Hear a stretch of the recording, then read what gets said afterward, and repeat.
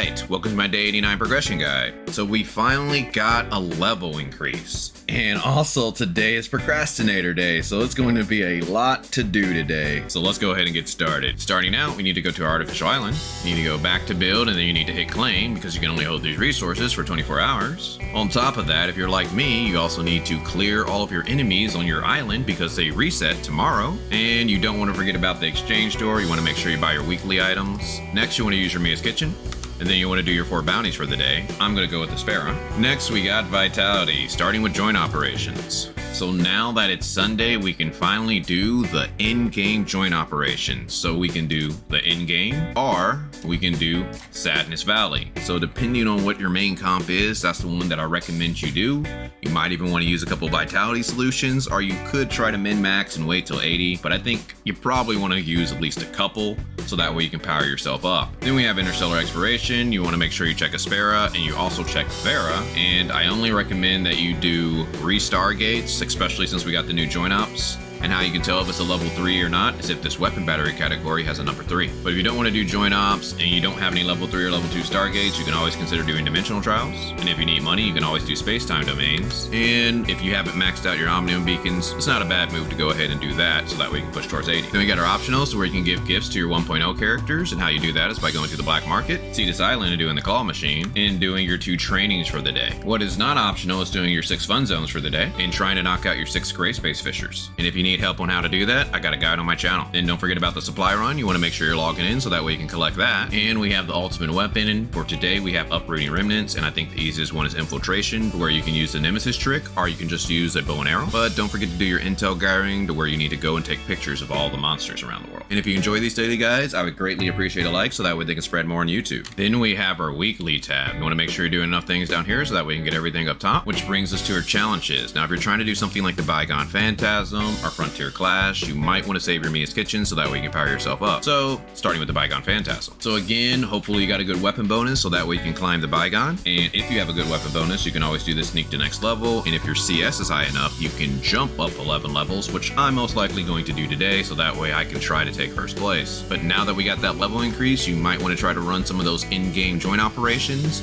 increase your gear, and push your level up, so that way you can get a high score on the sequential phantasm. And it's looking like for today, I got someone who's on floor 375, so it might be a little difficult, but I think I can still pull it out. Frontier Clash, with it being vote resist, if you have some friends that have been welling out on some other elements, you might want to ask them to carry you, so that way you can get those boxes. Otherwise, you might want to wait till next week. Wormhole. Now that we're 75, we unlock the new Wormhole, but I do want to go ahead and remind you about the Cetus one, because you do need to do that one, so that way you can get that energy crystal dust, and you only have 2 days to do it. And also for the new Wormhole, one of the weird things is that there's no Wormhole box. Now, I don't know, maybe once it gets to next week and this cycle reward ends, maybe then they're going to put that into the shop. We just have to kind of wait and see about that. So I recommend that you try to knock out the regular endless mode, go ahead and get that, and then try to go ahead and knock out the new Wormhole. But since there's no rewards anyway besides energy crystal dust, there is really no big rush on that one, so you can try to power yourself up a little bit more. But I did want to talk about the new mechanic, elemental dice. So basically all the enemies are going to be resistant to 2 random elements, or normal, and then once it gets to hard, they're actually going to be immune to 2 random elements, and this changes every level. And then once you get to the most challenging mode, all the enemies are going to be immune to 3 random elements. So it seems like they're trying to push you towards having